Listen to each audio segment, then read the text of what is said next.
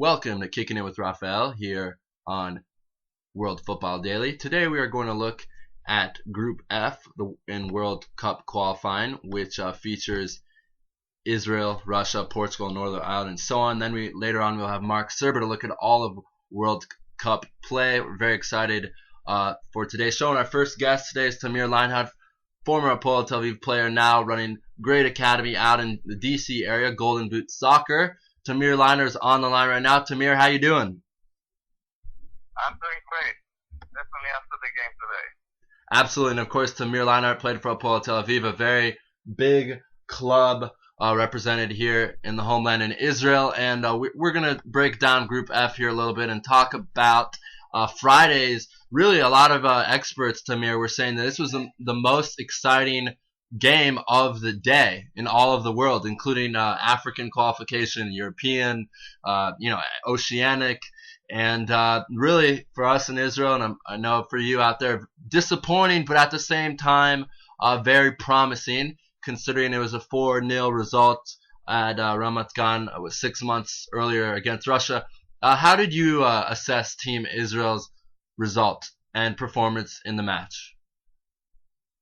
Yeah, if you would have asked us before the game if we take a tie, and definitely in such an impressive 3-3 tie, probably said yes, we'll take it. But leading 3-1, 20 minutes to go, we really thought and believed that we're going to take the game and win it, which would have been probably the greatest win in the history of Israel's qualification. And it was disappointing to give up 2 goals, and one of them is really in injury time, looking at 93rd minute, and especially on a fluke. It was really a question of luck and a couple of mistakes in defense. So yes, we were very disappointed at the end, because we knew that a win against Portugal would have put us back in the picture. And after today's win, we're still in the picture, but it's almost like a bittersweet feeling, a mixed feeling, that we just realized how important those 2 points were, the 2 points we lost against Portugal. Right, it's kind of that what-if feeling. And yeah, the third goal in the 92nd minute, I was at a bar in in Eilat. Everyone was going crazy. They thought we had the victory. But this is kind of the problem, Tamir, and I want to get your thoughts on this, is that the road ahead gets much tougher. We have to go to Portugal, play in Lisbon, and go to Russia and play there. Do you see this team getting 3 points? We saw them do it tonight in Belfast in Northern Ireland, but again, that's not a very good squad. Do you see them being able to accomplish that feature in Russia or Portugal? I think the chances of us getting the second place are still low, but I don't think it's impossible. I think we have to win the 2 games at home against Azerbaijan and Northern Ireland. That's a given. But if we can tie in Portugal, I think we'll be in the picture, because I don't think Portugal will have an easy game against Russia, even at home. And it's also not that easy to play against Northern Ireland there on the turf. So I wouldn't be surprised if both teams get 7 points if we tie the game in Portugal, and that will put us with the possibility of because we have a better goals average thanks to the games against Luxembourg. But again, the chances are low. The chances of getting a point in Portugal are not that high. So the expectations are lower, but we're definitely in the picture, which is kind of exciting after the bad start of the campaign. 4-0 at home, not winning against Azerbaijan. So we almost got, after the first couple of games, we almost gave up, especially the public and the coaching staff. But again, we kind of, the redemption and the last few results got us to be a little bit more optimistic. Yeah, I mean, it's really interesting when you think about it that if we would have gotten those 2 additional points on Friday, it could have been a whole different different ballpark. But at the same time, watching this Portuguese team, they played earlier today, of course, and they don't look that good. I mean, you could see that in Israel. Of course, they scored their first goal in 2 minutes, but then after that, I would say Israel really dominated them in the second half. And when it was 3-1, it was almost unbelievable that that result was on the television. Do you like what the Israel national football team coach Gutman's been doing with Ben Bassat and Tomer Chemed, or do you prefer the lineup with Schechter up top and Bassat kind of guiding him, or those two working together? Which lineup do you find more effective? I mean, the first game Hammett played, but he cannot play. He couldn't play in this game because of the yellow card Right.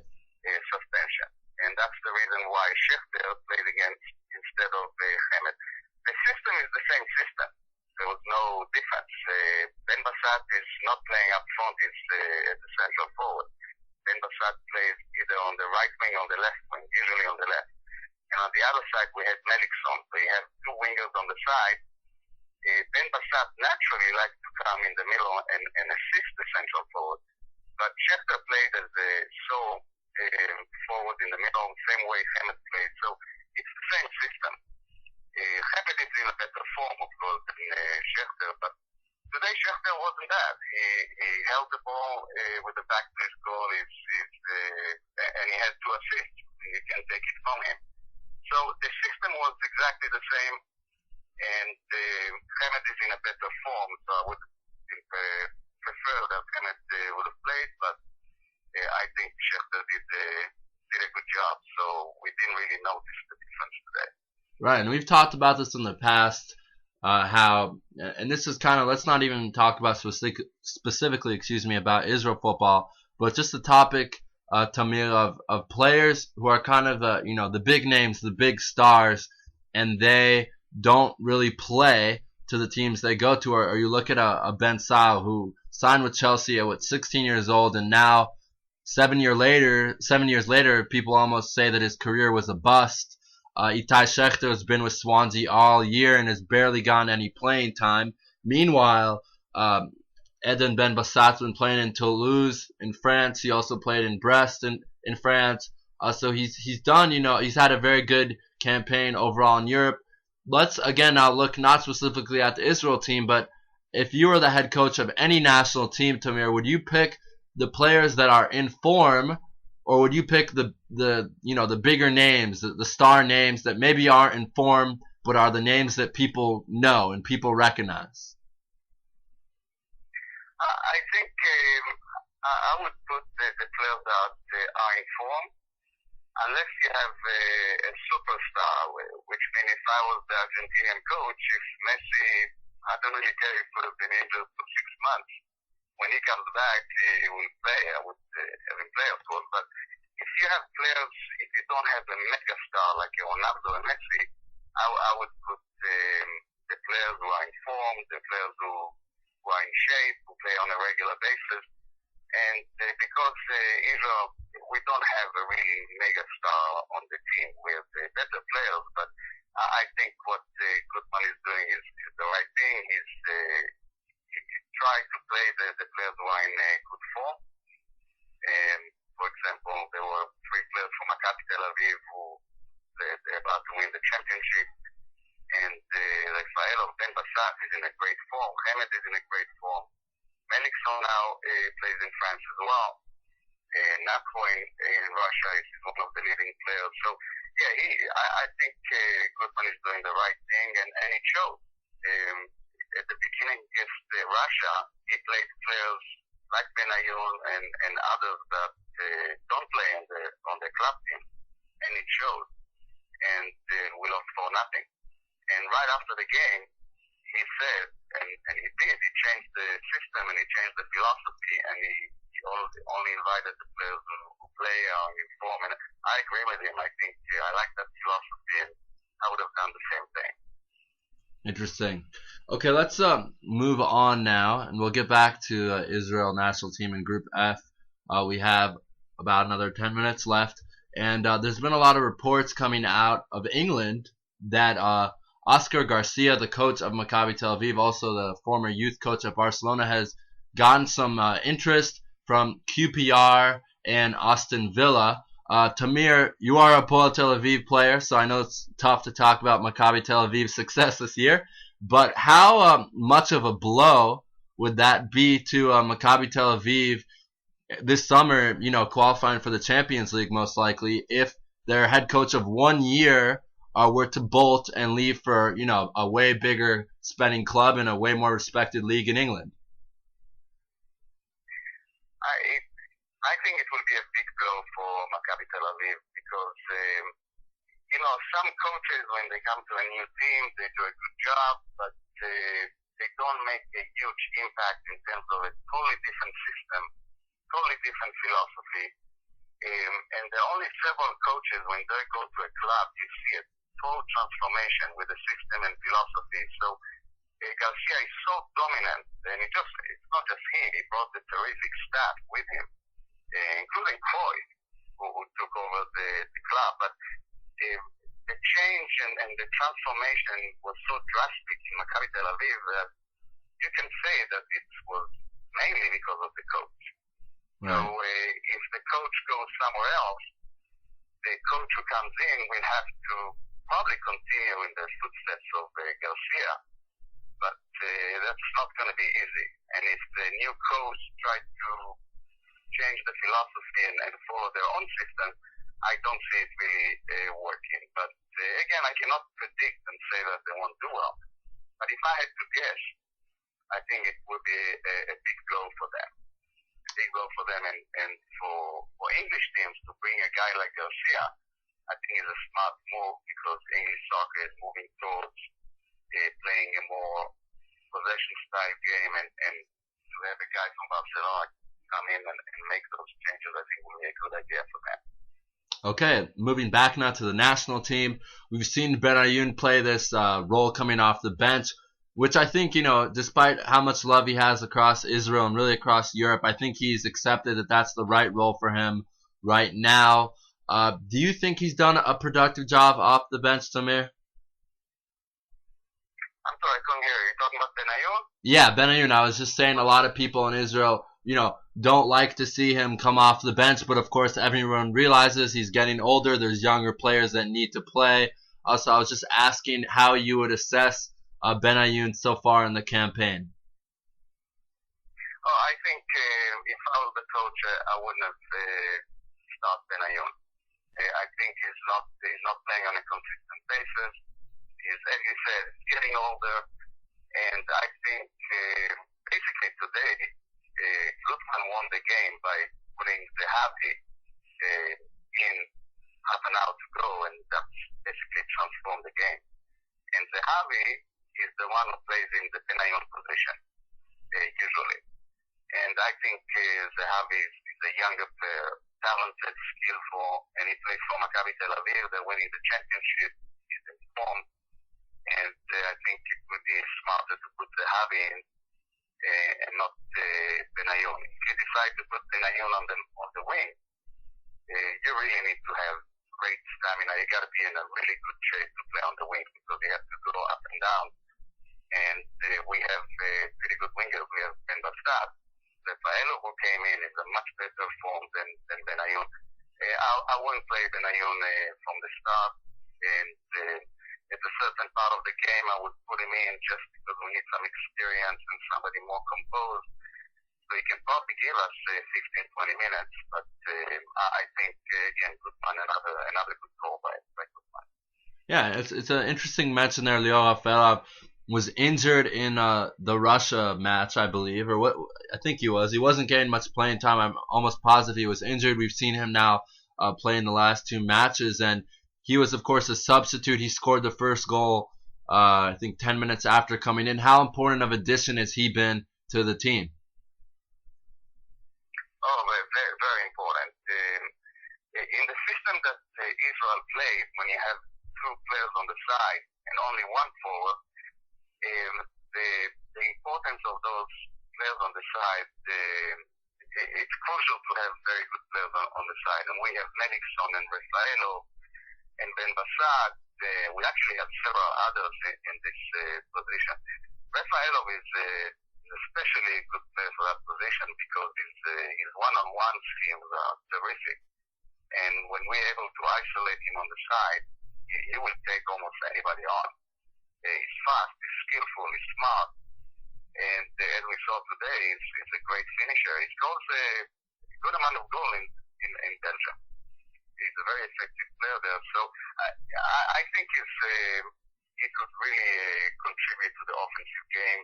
I would have liked to see him start instead of Melikson, but late than never, and he came in and make a huge difference in the game.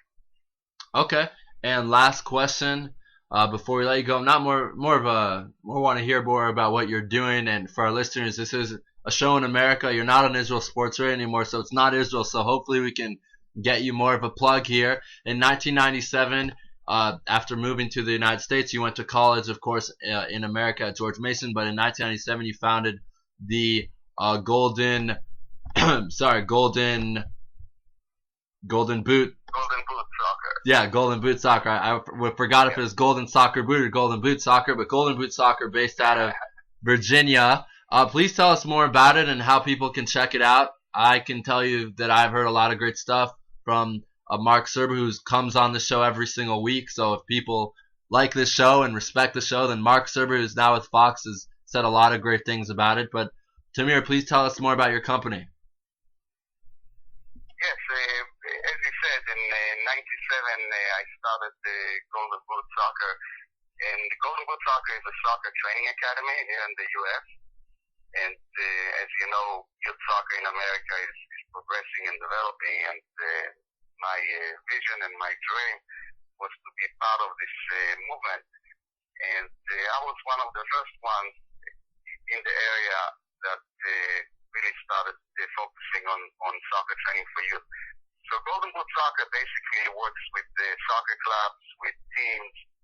We run summer camps and winter training. We have a big program for little kids. We call it Little Boots for ages 3 to 6. But overall, we have a big crew of professional coaches, very talented coaches, and we provide training services for different youth organizations, and usually individual parents can sign up. They can go on our website, which is www.goldenbootsoccer.com, and they can see all the types of programs that we run. We have the summer camps coming up. We run indoor programs. And for little kids, again, this is an up-and-coming program for ages 3 to 6, and parents always want their kids to have great activities, and I may be biased, but I think soccer is the best activity for kids. So I'm fortunate to be able to make a living from this beautiful game and to be part of the soccer movement in the U.S. Yeah, absolutely. I mean, like I said, I heard a lot of great things about it. I hope everyone who's out in the D.C. area who's listening to the show can check it out. And Tamir, I've always wanted to ask you this, and I haven't asked you this yet during our many interviews that we've had. Have you ever considered about coming back to Israel and possibly taking on a coaching position or assistant coaching position in the Premier League, in the National League, in any place? Is that something that you aspire to do, or do you want to continue to make America your home and grow the Golden Boot Academy? I see America as home for me. I've been here for 20 years, and I'm part of the culture. I love the U.S. I love Israel, of course. If I ever go back to Israel, the one thing I know that I wouldn't like to be a coach on a professional league. It's not my personality. I love the game, but coaching on a professional level in such a system like Israel is not my inspiration. I rather work with youth and develop players than be part of the politics of professional soccer. So I'm very content with working with youth, and I'm very happy here in the U.S. I'm still involved with Israeli soccer in terms of I do some analysis and commentary, and I'm in touch with a lot of people We may even do an Apollo Tel Aviv summer camp here in Washington, by the way. That's a new thing that we're doing. Wow, very cool. So my ties in Israel are very strong, and I'm trying, as I say, to bring Apollo Tel Aviv and get them into the youth soccer in America. Again, it's a new thing. We are going to run an Apollo Tel Aviv summer camp in Rockville, Maryland, which is right outside Washington, D.C., end of July, first week of August. So that's something to check out as well.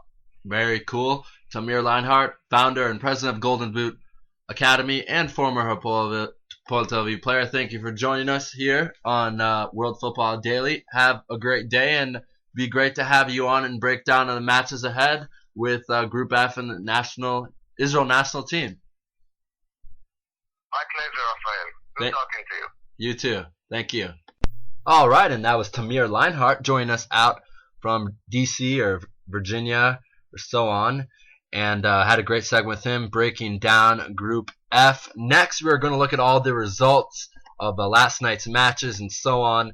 A lot of exciting football. Let's start with Group A. Belgium seems to be in control with 16 points, but right behind them, Croatia, very, very talented team. I've seen them myself in Israel. A lot of talent, and a team that will definitely be battling with Croatia. Serbia having a very disappointing campaign, World Cup qualifier. And, of course, Scotland, 6 matches played and only 2 points. So very disappointing for the Scottish team. Moving on right now to Group B, we have Italy leading with 13 points. Bulgaria, who's been very surprising in this World Cup qualifying run. We haven't seen much from their nation before. Czech Republic got a big victory last night against Armenia. So Czech Republic, of course, led by Peter Cech, the goalkeeper of Chelsea. Denmark with 6 points after being in the past Euro. So we'll see if they can come out of that slump. And moving on right now to Group C, Germany in complete command, guys. They have 16 points through 6 matches. Second place is Austria, half their points. So the battle here is going to be for second place. Ireland with a very disappointing campaign, only with 8 points. So we got Sweden, Ireland, Austria vying for that second spot. And it's going to be very interesting to see what happens there. All 3 teams very talented, have a lot of great players throughout Europe. In Group D, the only team in European World Cup qualifying that has won all their matches, 6 for 6, and that is the Dutch, the Orange, Hip Holland, as they say. They have 18 points through 6 matches. In Hungary, another surprise team. Shout out to Budapest. They've done a great job with their program, with the national team. Romania, which has been in the World Cup in the past, is doing pretty well too with 10 points. With Turkey, a team that was very good in the late 2000s, has kind of been disappointing, hasn't made the Euros. So we'll see if they can have a nice little run here and vie for the second spot. Moving on to Group E, we have Switzerland. Very tight group, guys. Almost as tight as Group F.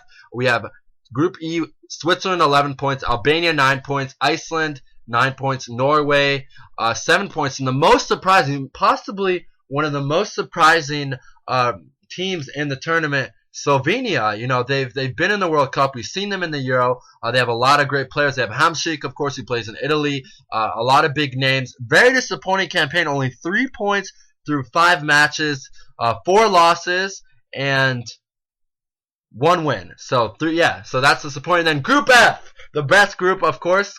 Israel tied for second right now with Portugal after last night's big victory against Northern Ireland. And Portugal destroys Azerbaijan. And Luxembourg's at the bottom, struggling to get points. Meanwhile, Northern Ireland also with 3 points. We might see some changes there in the head coaching position. Group G, Bosnia, Greece, and Slovakia are vying for those top positions. In Group H, this is a very interesting one. Montenegro is in first place. Big match last night. England versus Montenegro. It was a Teco, a tie, a draw. But good job to what Montenegro has been able to do, and they're building a very, very good team. Poland right now is in third place with 8 points, so they'll have a lot of work to do if they'd like to catch England. Then Group I, we have Spain and France, and Spain getting a very important victory against their rivals, France. The French team is very, very good, of course, but last night the Spanish team was able to win, so that was very, very important for them. Okay, and that was the European World Cup qualifying. Let's move on now to Africa. A lot of great stuff going on in Africa. A lot of great teams in Group A: Ethiopia and South Africa. 2010 World Cup home, of course. We'll see what happens there. Group B: Tunisia and Sierra Leone. Equatorial Guinea, we saw them, of course, in the African Cup of Nations a couple of years ago. Ivory Coast is leading in Group C. And Group D, Zambia, a team we saw pull off the upset and win as well, the African Cup of Nations, and Ghana in second place. So that's a very exciting group, considering the talent on Ghana. Group E, Congo, very surprising team, I got to say. 9 points through 3 matches, so they've been great. Nigeria is in Group F and leading the way there. And Group G is another very interesting group, Egypt and Guinea, but Egypt's looking great. And, of course, their head coach is Bob Bradley, the former United States coach. So good job there to Coach Bradley, who's done a spectacular job out in Egypt and Cairo. And Group H, we have Algeria with 6 points, tied with Mali, a very strong team. And in Group I, we have Cameroon with 6 points, and Libya. Very interesting to see them with 5 points after everything that happened, of course, with Gaddafi and so on. So interesting stuff there. And then my favorite team in West Africa, Senegal, with 5 points, leading Group J. Let's see if they can pull their talent together. Players all over Europe. Cisse, the names go on. Dembaba, who's, of course, right now in Chelsea after leaving Newcastle. So let's see if Senegal can qualify this World Cup. They beat France in 2002, or tied France. It was a big deal. Let's move on now to North America, Caribbean area. And this is where it's very interesting. This is probably the most interesting one. Panama, through 3 matches played, we have Panama leading the way, Costa Rica with 4 points, the USA with 4 points, Honduras with 4 points, and Mexico with 3 points. Mexico and USA played an epic match last night in the Azteca in Mexico. A very, very exciting match. 1-1 draw. First time America, I think the second draw the United States has gone in Mexico. They have never won in Mexico in a World Cup qualifying draw. So this group is very, very, very, very tight. No one has more than 1 victory through 3 matches. I think it's going to be very, very exciting to see which teams make it, because Honduras is very talented. Panama's been a surprise. And, of course, Mexico has some of the greatest players in their generation, as they won the 2011 U17 World Cup. So that's that. And now let's move on to Asia and see what's going on there. In Group A, Uzbekistan is leading. Korea Republic has 10. Iran has 7. In Group B, Japan is cruising with 13 points. I think, in my opinion, that Japan is just the best team right now coming out of Asia. Just great players all across Europe. Manchester United, Dortmund, or former Dortmund, excuse me, Schalke. There's a lot of great players in Japan. Iraq is struggling at the bottom of Group B, and Lebanon is struggling at the bottom of Group A. Now moving on to South America, where we all heard the headlines of Messi throwing up because he was sick. Despite that, they have 24 points, Argentina, and they are leading the way. Brazil, of course, has secured their berth in the World Cup, since they are, it's the home. The World Cup will be there in 2014. So Argentina is in first place, Ecuador in second, and Colombia led by Falcao, the superstar out of Atletico Madrid. And Chile, Venezuela, very disappointing Paraguay, who we're used to seeing in the World Cup. They only have 8 points. So interesting there. Finally, we'll finish it with Oceanic, and that features always New Zealand. And New Zealand's done a very, very good job right now, and they have 18 points. So they'll most definitely qualify. And that is that. That is the 2014 World Cup qualifiers. We did not have Mark Serber on this show. He was very busy covering all the action in last night's matches. It is Wednesday afternoon. I'd like to thank everyone for listening to Kicking It with Rafael. Feel free to tweet me at @sportsmanrafi. Feel free to write me at kickingitwithrafael@gmail.com. I love to talk to everyone who's listening. I love football. I love it. Thank you for joining me. Have a great day. And looking forward to next week when I have some great guests. Goodbye and good night.